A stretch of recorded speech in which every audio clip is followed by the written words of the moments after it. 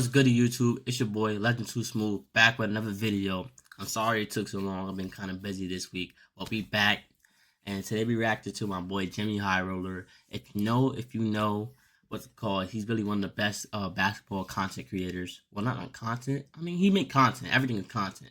What's it called? So yeah, he be doing videos like the LeBron versus Jordan GOAT debates and Jokic versus Giannis, stats like that, you know?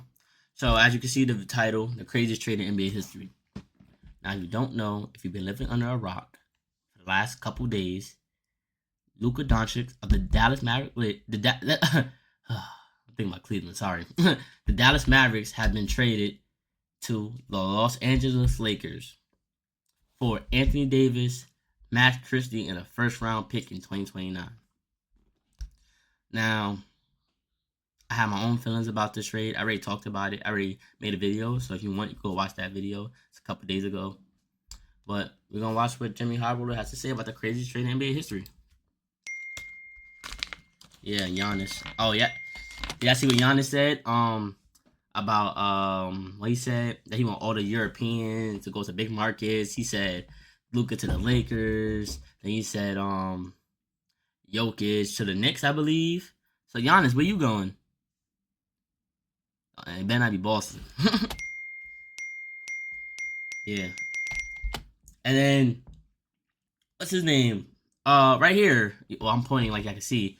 De'Aaron Fox got traded, but he wanted to get traded, but he got traded too. This has to be the craziest trade deadline I've ever seen in my life. There aren't many things that can stop the entire NBA world in its tracks. Sorry. Oh no, just my headphones. 10 p.m. on a Saturday night. Did someone score 100 points? Did LeBron hastily retire in the middle of the season? What, did Michael Jordan come back out of retirement? What could possibly get everyone 12:51 a.m. I got the news at 12 o'clock. Oh my God. We all said in unison as news broke that the Mavericks traded Luka Doncic for Anthony Davis. I couldn't believe what I was seeing.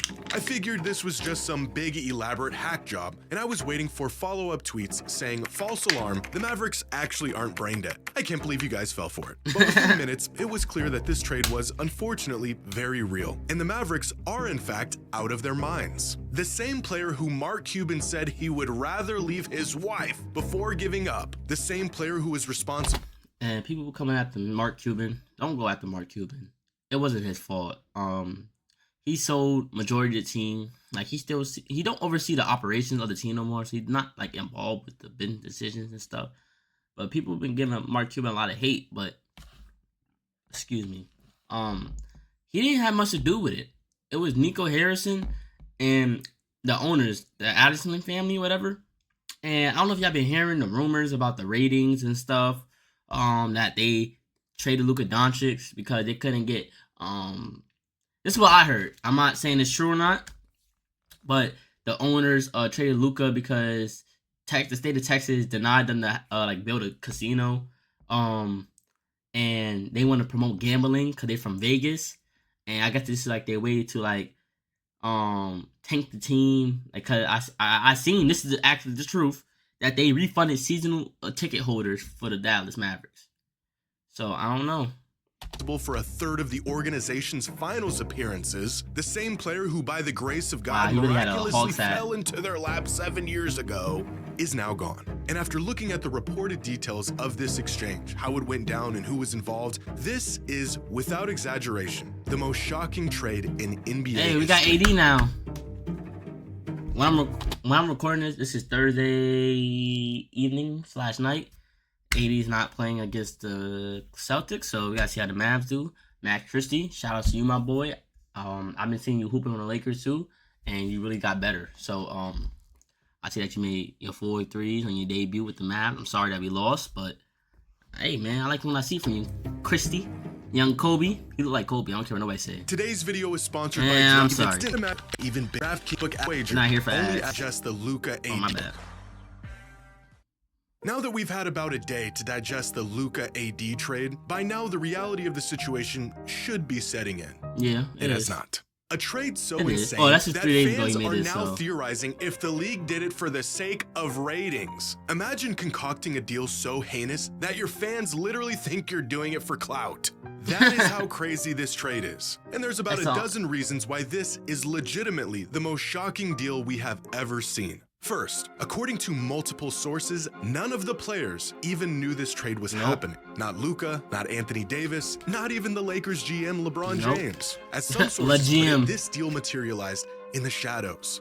In the shadows? What is this? The Illuminati? What do you mean in the shadows? And turns out it might be because it's how you know it's only between the GMs and the owners, because how do this not break out to anybody?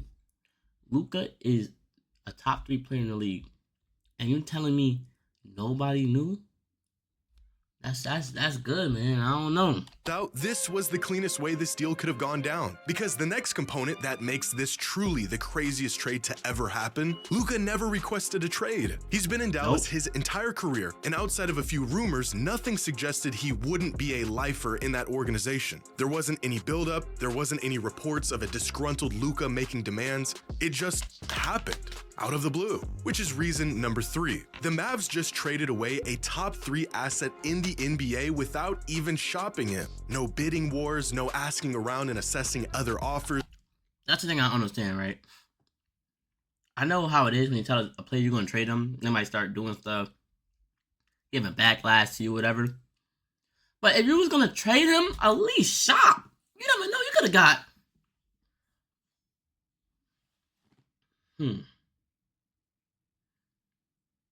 This trade is so, like, blasphemous to me that I don't even know who else they could have got. Like, now, off the top of my head, I don't know who else the Mavs could have got for Luka Doncic, because nobody would think you would trade Luka Doncic for anybody. Not for Jokic, not for nobody. Nobody's trading Luka Doncic. So it's like, I don't even know who we would trade for other than Anthony Davis. It's not coming to my head, and this happened on Saturday night, Sunday morning. They just made the call to the Lakers and accepted the deal. Can you imagine the haul Dallas would have got if they actually shopped Luka around the league for a couple? Okay, I'm not gonna pause too much because I'm talking a lot, but I really feel bad for my boy Kyrie. If you didn't see it, what he said in the post-game interview after the 76ers game, said that the team is missing Luka, man. He's missing Luka. Like, I really thought they was gonna win this year, man, together, and it's just like, it sucks to see, but you gotta keep the show going. You gotta, stay positive. Like he said, welcome to new guys. Him and AD, they got a good relationship. But it's like, damn, bro. Like, I wish Luka nothing but success in LA, man. But the Mavs gotta win first. Couple of months. Oh, you want to give us Luka? Here is our entire franchise. The players, the coaches, the building, the staff, my firstborn child. Take it all. Thanks for doing business. I'll figure out the details later. If Rudy Gobert is worth 2 starters, 5 first-rounders, and a pick swap. If Mikal Bridges is worth 5 first-rounders, a second-rounder, and a swap. If an aging Paul George is worth a rising SGA, 5 first-round picks, and 2 pick swaps, can you imagine what a prime Luka Doncic would have fetched to the right team? Oh wait, I know. A 31-year-old Anthony Davis and a thank you note. It makes no sense. And that brings up reason number 4. The Mavericks were just in the finals last year. We've seen players sign with other teams after a finals run. We've seen players demand trades after a great season. But we have never seen a team willingly cough up a megastar after being just 3 games away from winning a championship. It's unthinkable. Because reason number 5, it's Luka freaking Doncic. You do not trade Luka Doncic. If you were to rank players in the NBA on their trade value, starting with the players who are... I'm sorry. I got a lot to say. I've been thinking about this all week, yo. I just don't understand. I just went to the finals. This is the year you run it back. You run it back. If it don't work out, then maybe you could trade him. And I still wouldn't do that. And yes, he don't play his defense. I mean, he's okay with steals, tip passes, and stuff like that. But I don't know, beat him up in the locker room and get him to play defense. Like, I don't know. Do what you got to do to make him play defense. But then again, you can't make nobody do what you want to do if they don't want to do it in the first place. But it's like, damn, bro. Because, like, I don't know why. In my heart, in my gut, I have a feeling that LeBron James is going to turn Luka Doncic to a monster. And I won't be mad. Because he didn't deserve what happened to him. And I like Luka before Kyrie even went there. I was actually telling people when I was in high school that Luka was gonna beat Devin Booker in that series when he smacked him in Game 7. People didn't believe me, and he did just that. The most untouchable, non-negotiable, hang up the phone. And down from there, Luka is probably 3rd or 4th on that list. The only 2 players definitively ahead of him are Wemby and Jokic. Now just try to wrap your head around the deal a team would have to offer in exchange for Nikola Jokic, or what the Bucks would get in return for Giannis. Here's a hint, there isn't one, because they would never trade them away. The deal doesn't exist. Tim McMahon of ESPN reported that Dallas had 2 major concerns in regards of Luka's future with the franchise. The first one being his massive $345 million 5-year extension, which he would have been eligible for this summer. Like, and the second concern being his that, health man. and conditioning. In other words, the man was out of shape. So let me get this straight. The Dallas Mavericks just traded away the best player of a generation, the future of their franchise, and the man that just got them to the finals on one leg because he put on a few pounds. For fuck's sake, Zion Williamson ate his way into load management, and he has... That's what I'm saying. How did Zion not get traded yet? And he was like, before Luka, he was projected to be the next LeBron. Dude, windmills in high school, 360 windmills that I came to the league wilding. What was he, top 3 pick? It don't make sense to me, yo. I just don't. I don't know. It don't make sense to me, guys. I don't know. Like, it don't make sense. Like, how did Zion not get traded yet? How did, who else is injury prone? John Morant didn't get traded yet for all the shit he been doing. And shout out to John Morant. I'm happy. He's doing the thing, man. I'm saying I'm happy he chilled out, man. I want to see success, but he never got traded. Joel Embiid never got traded. And I haven't... How many games Joel Embiid played in the last 2 seasons? Now, when he's healthy, Joel Embiid is a top 5 player in the league. Maybe top 3. Yes. But Joel Embiid is never on the court. He's always hurt. Like, I want to see the brother healthy, but, like, he's always hurt. Like, I don't know. Spent the last 6 seasons in and out of rehab, and the Pelicans are still sticking by him.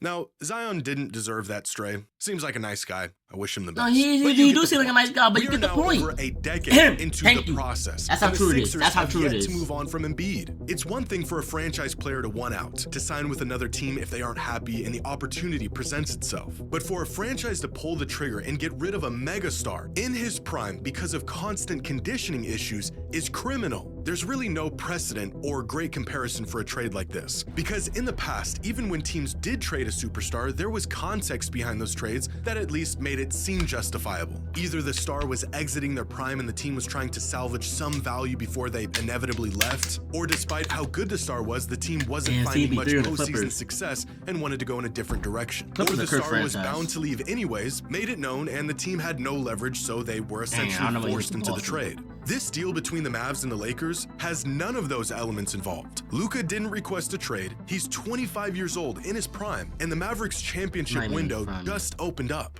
Now, as a Blazers fan, I am painfully aware of how hard it is to get your hands on a true franchise player. Painfully aware. In our team's entire 55-year existence, they're getting better though, I see them. The first one got hurt, the second one was incredible, the potential third one got hurt, and the actual third one was also incredible. That's about one superstar every 20 years.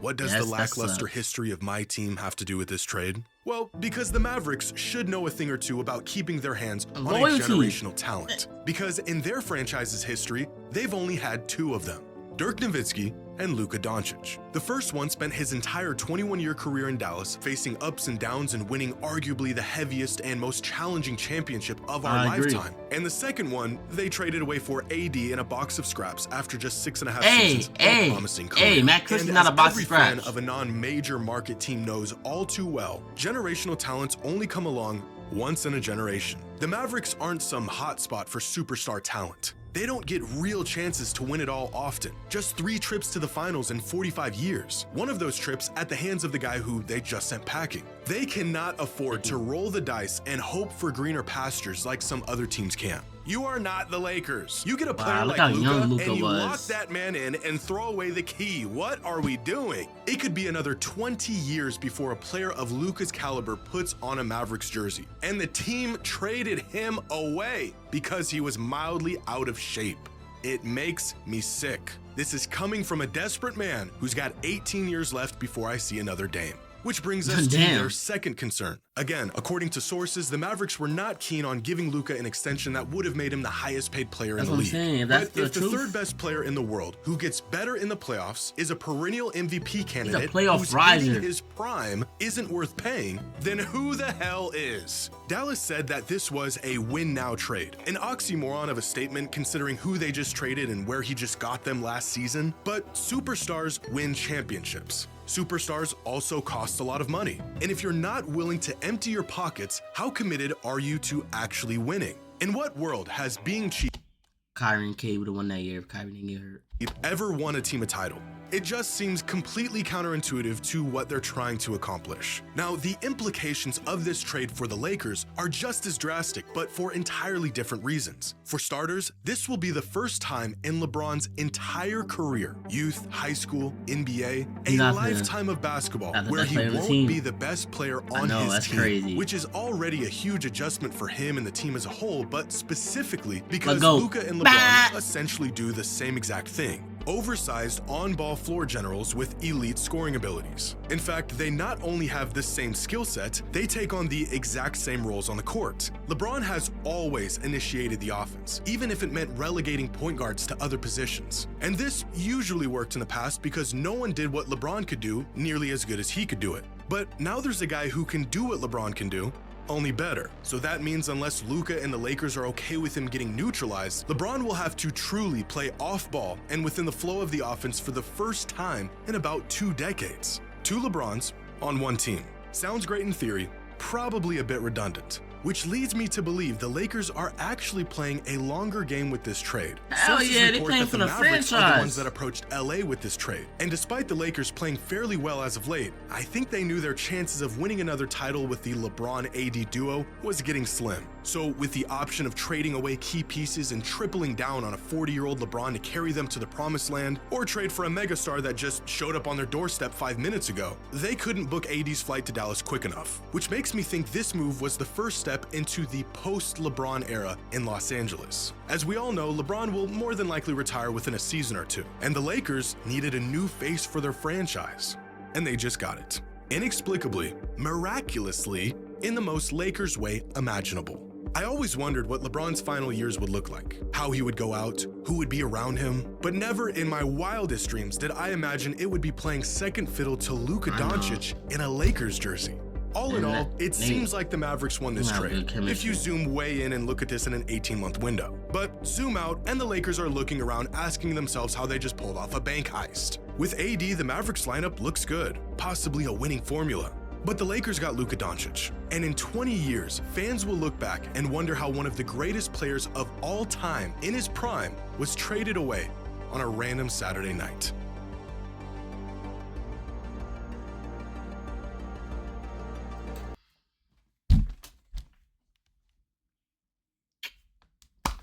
I mean, that was the video, y'all. I mean, like, he said everything that I really was thinking and what I wanted to say. So, not much more to say. Luka is a Laker. I wish him nothing but the best on the Los Angeles Lakers. Hopefully, you know, he can learn a lot from LeBron, like he said. You know, LeBron, get him right, man. Like, Luka didn't deserve that, man. Like, AD didn't deserve that shit either. I can't believe the best player or the second best player on their respective teams got traded and they didn't know about it. Like, nah, that shit don't sit right with me. But it is what it is, man. The Mavs will have to go against the Celtics. I'm about to watch that game.